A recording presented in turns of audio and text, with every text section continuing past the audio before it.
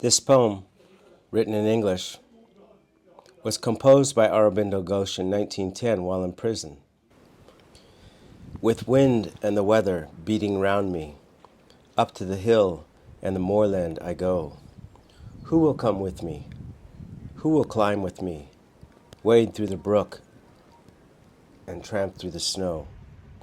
Not in the petty circle of cities, cramped by your doors and your walls I dwell. Over me God is blue in the welkin, against me the wind and the storm rebel. I sport with solitude here in my regions of misadventure, have me a friend. Who would live largely?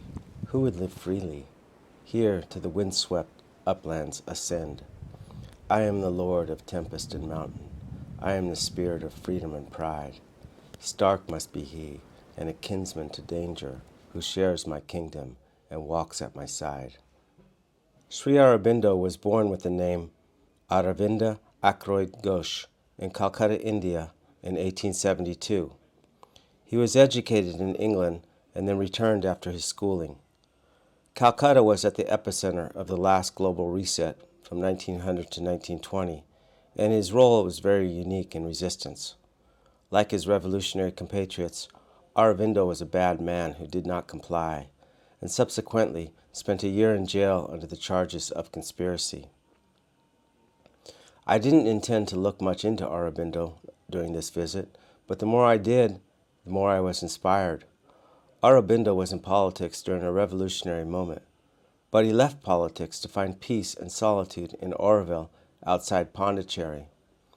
While in Pondicherry about a month ago, I picked up a book on the political revolutionaries of that time, and another one which gave the account of the year spent in prison by Aurobindo.